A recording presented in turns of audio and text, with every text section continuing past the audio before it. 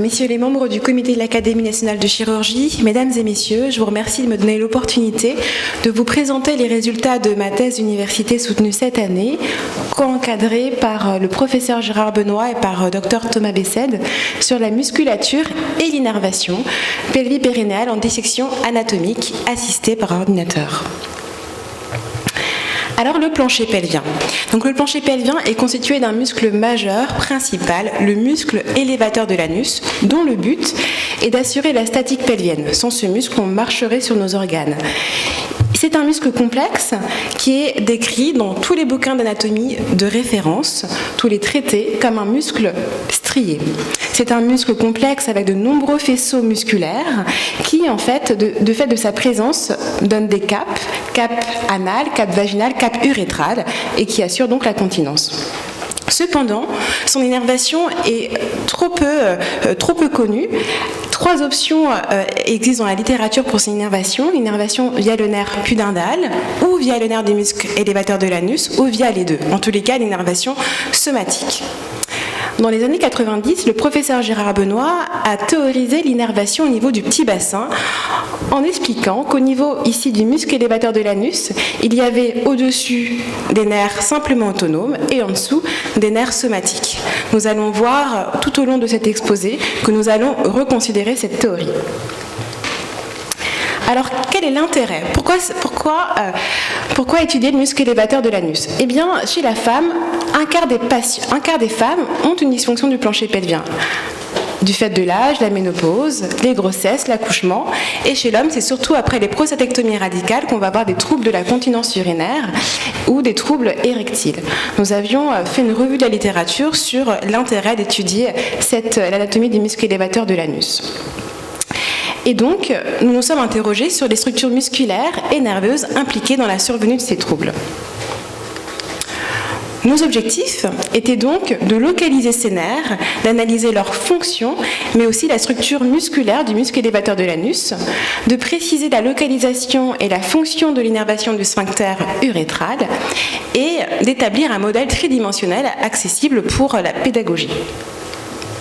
Pour cela, nous avons prélevé 9 bassins osseux de fœtus, 6 fœtus féminins, 3 masculins de 19 à 36 semaines qu'on a inclus en paraffine, puis nous avons réalisé des coupes serrées continues afin de pouvoir réaliser des colorations classiques pour une approche morphologique, donc trichrome de Masson, hématoxyline et eosine, et aussi afin d'avoir une approche fonctionnelle à l'aide d'anticorps spécifiques de tous les nerfs, l'anticorps anti-S100, mais aussi des nerfs somatiques, autonomes sympathiques, parasympathiques, nerfs nitriérgiques impliqués dans la vasodilatation et l'érection, nerfs sensoriels, le muscle lisse avec l'anticorps anti-actine lisse et les muscles striés.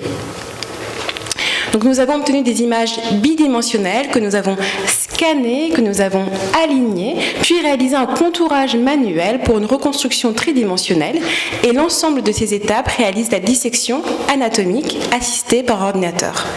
Certains résultats étaient surprenants et donc nous les avons confirmés avec une seconde technique, la microscopique électronique à transmission. Alors nos premiers résultats sur l'innervation du muscle élévateur de l'anus chez le fœtus féminin humain. Ici, vous avez une coupe histologique d'un bassin de fœtus féminin coupé transversalement. En arrière, ici, le rectum, le vagin, le muscle élévateur de l'anus. Et donc, cette image est marquée par l'anticorps anti-S100, donc on voit tous les nerfs. On voit qu'au niveau de cette zone triangulaire, nous avons le plexus hypogastrique inférieur qui donne des nerfs pour le rectum, pour le vagin, mais on voit aussi qu'il donne des nerfs pour la partie médiale du muscle élévateur de l'anus. Ici, c'est le nerf du muscle élévateur de l'anus. Et ça, on l'a confirmé avec des anticorps spécifiques. Voici la reconstruction tridimensionnelle de ce bassin, avec ici la vessie, l'urètre, le vagin, l'utérus, le rectum et ici le muscle élévateur de l'anus. Et si on prend le muscle élévateur de l'anus comme référence anatomique, nous avons décrit 3 voies d'innervation pour ce muscle. Une voie supraélévatorienne, somatique pure, via le nerf du muscle élévateur de l'anus. Une voie endoélévatorienne, autonome pure, via le plexus hypogastrique inférieur, juste ici. et une voie infralévatorienne via le nerf pudendal qui était en fait mixte avec 70% de fibres somatiques et 30% de fibres autonomes. Donc 3 voies d'énervation, et ces résultats ont été publiés dans Neurourol Urodynamique, une revue de Rambé. Ce qui nous a beaucoup surpris, c'est la participation du plexus hypogastrique inférieur à l'innervation de ce muscle qui est décrit comme strié, et donc nous avons voulu identifier la structure musculaire du muscle élévateur de l'anus.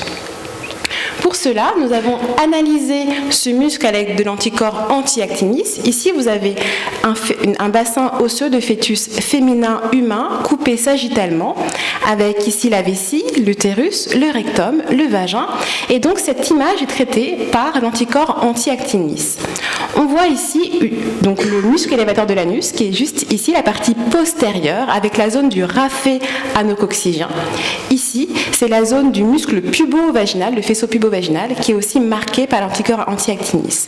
Et comme cela, nous avons montré 3 zones musculaires lisses au sein de ce muscle, au niveau du raphet anococcygien, de la partie médiale du muscle élévateur de l'anus et d'une zone de protrusion qui est juste ici. Donc ici, on a la reconstruction tridimensionnelle, la même que tout à l'heure, où on a ajouté en rouge ces zones musculaires lisses, raphet anococcygien, partie médiane du muscle élévateur de l'anus, et ici une zone de protrusion entre le rectum et le vagin. Et ces zones étaient innervées par le plexus hypogastrique inférieur. Cette systématisation a été valorisée dans une publication dans l'American Journal of Obstetrics and Gynecology, une revue de rang 1 en gynécologie. Donc, voici cette systématisation, donc 3 voies d'innervation, nerf pudendal infralévatorienne, nerf du muscle élévateur de l'anus supralévatorienne et voie endolévatorienne via le plexus hypogastrique inférieur qui innerve donc ces zones musculaires lisses, la zone du raphet anococcygien, la zone médiane du muscle élévateur de l'anus et cette zone de protrusion. Donc, une partie médiane musculaire lisse sous contrôle nerveux autonome, viscérale, et une zone latérale striée en contact avec le bassin osseux.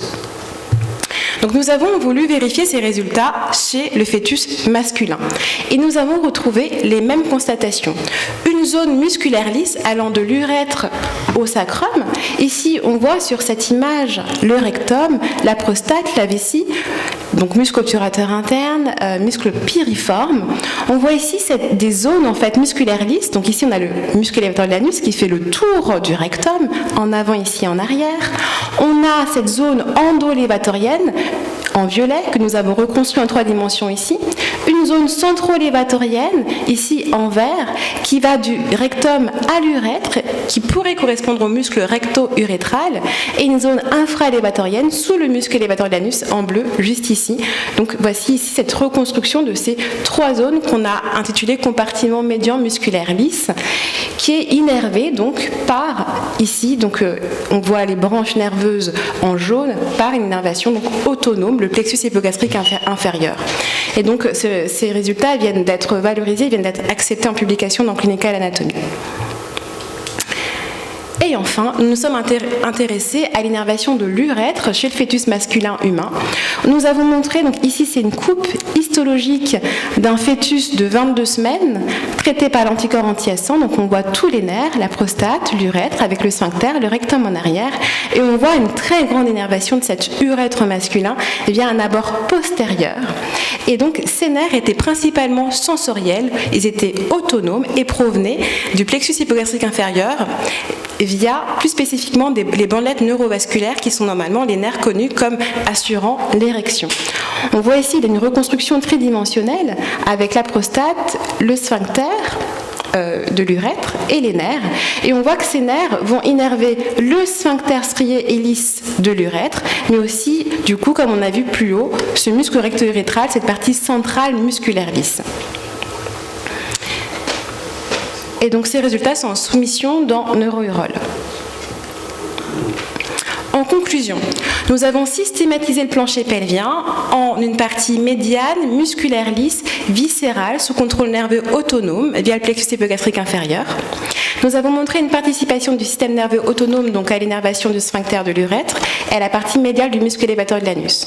Et donc il y a aussi une partie latérale par contre qui est striée et qui est sous contrôle somatique. Ces résultats sont importants pour la compréhension des dysfonctions du plancher pelvien au cours de la grossesse avec l'étirement de sénère, au cours de l'accouchement, au cours de la chirurgie pelvienne, des chirurgies pelviennes radicales et pour les techniques de rééducation pelvie-périnéale.